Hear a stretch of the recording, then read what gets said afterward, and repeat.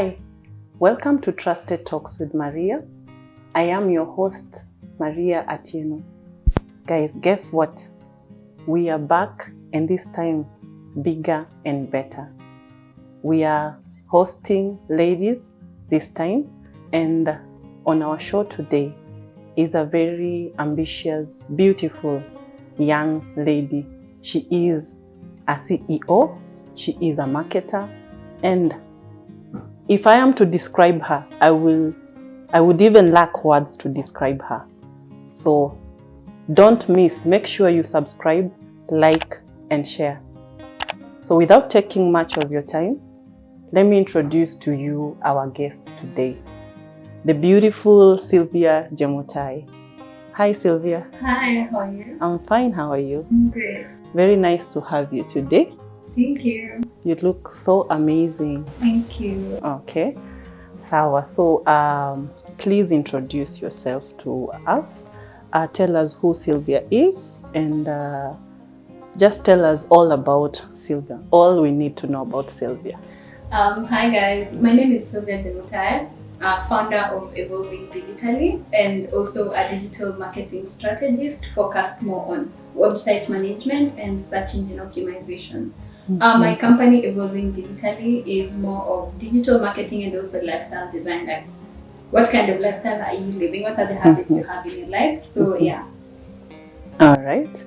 Please tell us, how was it like growing up for you as a young girl? You know, growing up, we used to, each and every one of us used to love something that inspired us while growing up. So what was it like for you growing up? Growing up, I could say I had limited access to the world. My parents really worked so hard to keep us like so cute and not exposed as much to maybe negative things around. But basically, when I was young, I dreamt of being a journalist or working in media. I didn't know what that would look like. All right. Yeah. Okay. How did that inspire you to be the lady you are today? Honestly, that was like my dream, and I feel like I am heading there right now, and it's in this year that I'm starting to see myself getting involved in media here and there. But before, like, my dream of journalism just ended as soon as I enrolled in accounting school. And also, like, when I was young, in high school, I tapped into table tennis. And kind of, I was so passionate. I love playing table tennis. It's literally what keeps me going sometimes. So when I joined high school, my dream of being a journalist was kind of shadowed down by my dream of being like a very huge table tennis player. So like I invested all my efforts there. Okay. Yeah. Okay. How was it like after school, after high school for you, with all the distractions? You know, nowadays as a girl child, there are so many distractions out here. Like, how was it like after high school for you? After high school, I actually fell into a really depressive state. Because there was just shock, like I had been just like clouded by my parents, and then now I'm out in the real world. And I grew up in Nandi until I completed my Form 4 and then moved to Nairobi. So moving from there, culture shock of being in Nairobi, maneuvering here and there. So I was 17 then, so because I finished high school just when I turned 17. Okay. So I was 17 then, I was confused. It really like led me into a very depressive state that I didn't know how to get out of. And after that, I got enrolled in school, and school was not what I envisioned. School, accounting wasn't what I liked. Like, I had passed math, English, like everything that you need to get into an accounting school. So it really got depressing when my own life was just not it. And then my campus or the career path I'm taking, like, you just enter school and you already feel like, I'm not gonna do it for long. And then like no one can understand you. Yes. You're supposed to be doing this, it's scripted out like every other child. And because of lack of confidence, like getting into depression really like messed everything up. Like I wasn't confident, I couldn't do things for myself, I couldn't even think. I was always like literally teary.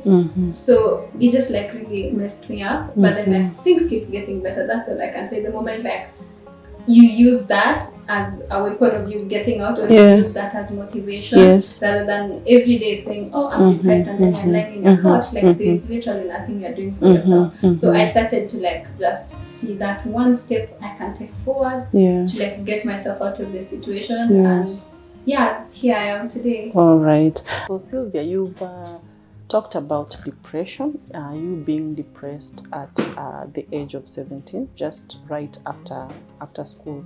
Like, how was it for you? How did you even come to know that you were depressed? How was the experience? Like, how did you even know that this was depression for you? Yeah, okay. Around that time, I wasn't actually living with my parents. I was living with someone else. And it wasn't the best environment to grow up in, because we first didn't have a connection with this, like what my parents would agree with. So through what I was experiencing first in the household and also what was going on in my personal life, I just like lost touch with myself. I was like, my confidence went to zero. I was just struggling with school. I was just like disconnected with almost everything. My social life was not there. I would have a hard time sleeping. I literally, like, I'm trying to recover to this day from anxiety. So I'd have really shaky moments, like I'd cry over the littlest things, and then I would blame myself, like, what's going on? Until I realized, I'm struggling mentally. There's an issue mentally, but I didn't have an escape route. I didn't know how to get out of it. Like, everything was just crazy. And in that moment, I didn't even try to help myself. I just always had a friend when I felt like life was crumbling for me. I'd spend time at their place. She's my best friend till date. She's always supported me through all that journey. So just like, I could see the struggle in almost every aspect of my life, and I couldn't even have an answer for it. And when I talked to people, I did not get the help I needed. Rather, I was just like getting rejection. I was judged, and I'm like, I'm struggling, guys. I would literally cry over nothing that is like that can make anyone cry. Like my aunties at church started calling me crybaby, and I was like, I don't know what, like, I knew I was struggling mentally, but I couldn't term it as depression until I got to a match, like got out of the environment, started like figuring out, and I was also diagnosed by a doctor with reactive depression. So yeah. Okay. So during this time, where was your family, like your mother, your father? Because I understand at this age you're still living with your parents. And if at all maybe there is something you're going through, at least you can share with your mother. Like, your parents are there to see that my child is not okay. Like, what happened? Like, were they there? My mom is in up country. So as much as I can talk to her, I could not have her near me to see what I was struggling with. And my dad is like literally like so busy. I don't blame him, like his schedule is always crazy. And we actually barely met that year. So yeah, I was living with my aunt, and it was crazy. And no, like I didn't get, like, I can't say I had the support I needed, but also like I can't blame the people, because I also was not open as much. I struggled. I was even like, my parents don't even know this. If they come across this episode, they'll be surprised. But I would complain I'm struggling, but I couldn't put it as I'm mentally struggling. And I wasn't confident enough to tell my mom everything, because I always feel like she's miles away, and her getting to hear that I'm constantly like not okay, it would even affect her personal life. So honestly, I know that I would have spoken even to the right people, but I never. I just like every day kept being depressed until the day I decided, oh, okay, maybe I can do this. And that's when I came across lifestyle design content. And through lifestyle design, I felt like that was my story of me getting out of all the darkness I was in, to now finding light and understanding that just because I come from a certain community that have been living their life this way, which might be contributing to why I'm feeling this way, I can explore the different lifestyles that have positive impacts on me. And when I started now focusing my brains on what is the next lifestyle to learn, I would go into minimalism, declutter my whole entire house, sit down, declutter my phone, declutter almost every. It now grew to be fun until today. I just am in love with lifestyle, because I feel like that was the best friend I needed that got me out of this depressive state. Wow, that is very powerful. By the way, I was going to ask, how did you manage to come out of the depression? But you've just talked about you getting to learn of this, how to. What did you call them again? Lifestyle. So like during that time, after I finished my first living with my aunt, I moved, like I talked to my parents, and I now moved officially to live with my dad. And during that time, I did not have much interactions with people. I now am in a new space. So I actually made a decision for myself to start my life over, because I really didn't like anything about my past life. I changed my SIM card.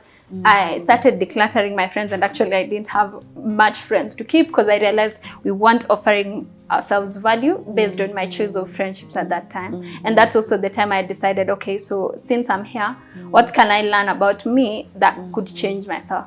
And that was lifestyle design. So lifestyle design is basically, what are the habits you have in your life and how are they contributing to your life in the long run? Are you eating junk? Are you eating, depending on the goals of the person?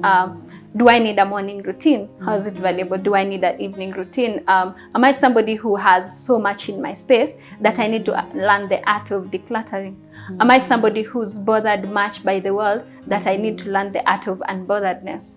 You know, you get to ask yourself deeper questions through lifestyle design. And that's how I actually find my sweet spot in marketing, because that's when I ask myself, okay, what is it that I could do that could go after my dreams of even being in media or even helping people? Because from a young age, I'm always like the Mother Teresa of the team. So like I've been that. So that's when I was watching a video on lifestyle design, then an ad on digital marketing came, and I tapped on the ad. That's how I came across the first course that has landed me multiple jobs over my career. So yeah. But by the way, you've talked about something that is very, very crucial. When you've talked about you are starting now to learn about the lifestyle design. Like for me, what I've gotten from that is that as a depressed person, it has to come from within you first. You have to know that you're depressed, and you have like to think of how to come out of this state. Yeah. That is very powerful. That is very, very powerful.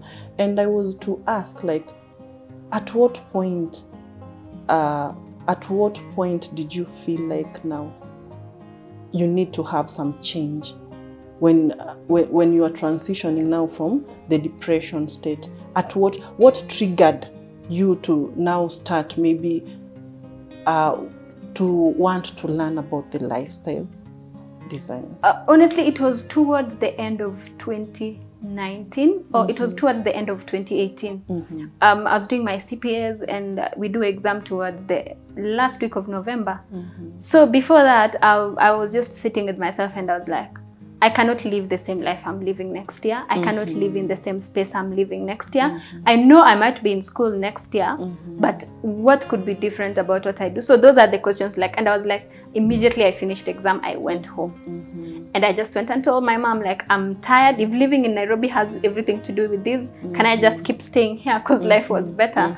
And that's when now we started figuring out how I could move to my dad's place. I started now like moving to my dad's place. I had like all the time by myself. I made, like, my dad is ever busy, so I could make the decisions of how to run a household, things I've never done before. I was always in someone's household. So now I had the chance to, like, some things to take over my mind as compared to before, when I had to keep up with maybe somebody putting their stress on you, maybe this happening in school. You had to always keep up with that. But here I had the chance to explore things. I had the chance to even think, okay, today I'm gonna cook. What am I going to cook? That would take my mind and would ease the depression. Like, now my energy was started focusing on something else. And that's when I started figuring, oh, I want my house to look like this. So like lifestyle design just came in naturally. Wow, that's amazing. So have you ever been employed before? Yeah, I kind of am employed as an independent contractor. Is more like an employee, but like independent. So yeah, I would say I have. Yeah. How is the experience, or rather, how has been the experience? For me, like, I've worked remotely. As much as I say I've been employed, I've never worked physically in a space.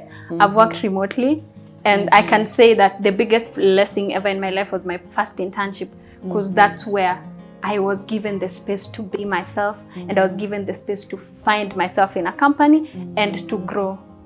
So like from that, I think it has always set the pace for me that it's always like, yeah, I'm either getting the money I'm supposed to, or on top of getting a certain amount, I am learning more and I'm giving myself. And I look at employments, like, as much as we say we are business owners, I don't want to be employed. for me, my perspective of employment is when I'm employed, I learn to run a company under somebody. And when I have enough experience of employment, that's when I'm confident about. So I'm not the person to say don't look for employment. I think it's a good thing when you position yourself in a good role that gives you the growth and not only like limits you to what you know, but also gives you a chance to even view the company from a founder's perspective. So that's my perspective of employment. All right. Yeah. Okay. So you run a digital marketing company. Yeah. What's the name of your company? The name of my company is called Evolving Digitally. And it's from my story. The word evolving digitally is literally who I am. I have evolved in the digital space. So, and I want to pass that message on to the rest of the people, to people who have no idea what this is. And that's why like I want my name to always be like, would you tell us about the journey of your company, how it started, how it came to mind? Like, just tell us about the journey. I could say as a young person, the bottom line is it's a journey. You have to figure it out. You just don't wake up one day and you're like, so I'm running a digital marketing agency and this is it. For me, it didn't start as a digital marketing agency. It started like after consuming a lot of lifestyle design content. I was like, oh my God, I wish people would teach me this somewhere. I wish people would educate me on this somewhere. And that's when I had the idea, okay, I'd want to create a platform to enlighten people on, oh, there's this script, there's this bubble you're living in, but then there's all these other lifestyles you have no idea about that could impact your life. So it came as me wanting to do that. And then over time, as I joined the digital space, I figured, oh, I thought you have one passion, but people have multiple. And mine happens to be digital marketing and lifestyle design. So as I explored through digital marketing, also being in the international space, I started figuring, oh, I think there are things lacking in the Kenyan space that I could be of value of, and maybe I could start a blog. And I was like, okay, I can start a blog on lifestyle design and digital marketing. And it came to a point of, do I have two companies or should I just merge them? And the biggest thing I had to do was figuring out how to merge lifestyle design with digital marketing to come with a digital agency that not only teaches you how to market yourself right, but also empowers you on how to have the right mindset to keep up with the consistency. So that's basically now like evolving digitally. Yeah. Okay. What are the services that you offer? I currently am focusing on website management, search engine optimization, as well as like, I would say LinkedIn optimization, but I'm also offering a service helping people set up themselves in terms of LinkedIn profiles, resume, and how to land international jobs. So those are basically things I offer. Okay. Yeah. Okay. What are the challenges you've faced so far as a business owner, as an individual? What are some of the challenges that you've encountered in life so far? I would say rejection is redirection, because what I've faced is a lot of rejection. If I was to give up, oh my God, I have 1,000 reasons to give up. So I've faced a lot of rejections. I've faced a lot of people seeing the potential I have, but trying to put me down because I've faced that a lot from a family perspective and also from a perspective of people outside. But I always say rejection is redirection, and every time I used that, instead of putting myself down, I use that as, okay, this person doesn't like it, so how do I package it better? Or what is it that I did wrong that didn't convince this person? Hopefully I might convince the next. So yeah, another challenge I have faced is like, from a business owner's perspective, I mean, no one teaches you how to run a business. Like, I woke up one day and decide I'm gonna build a business. So, and I don't think any skills or anything from what we were taught through the 844 curriculum really helps you. So it's more of you using all the content that's available online to figure out how to do things. So as a business owner, I'm struggling, like putting a lot of documents together because I don't even know what format they should be. Like, you're supposed to put a pitch deck together, pitch to investors, and you know nothing about pitch decks. So you have to go to YouTube. If you don't have the resilience to follow up on all that, you really won't make it. So I feel like there's a lot of need of mentorship. And I can say, like, after I figured out all these challenges, I realized mentorship is something that is important. So I go to a lot of networking events. I get to know a lot of people, and through that, I get to spend time with people and see someone as, this is the person I need to mentor me. And I believe like you don't need one mentor. Like for me, it depends on the industry and my interest. If I feel somebody could help me a lot with public speaking, that would be my mentor. I majorly, like, as much as I can ask life questions, I know the kind of questions to address, because you don't also ask your mentors the same question all across, because people are in different industries. So when it comes to finding mentors, I really put my best foot forward. Yeah. Okay. You've talked about rejection when it comes to family, rejection when it comes to friends and people out there. I don't know if you're comfortable to talk about rejection when it comes to family.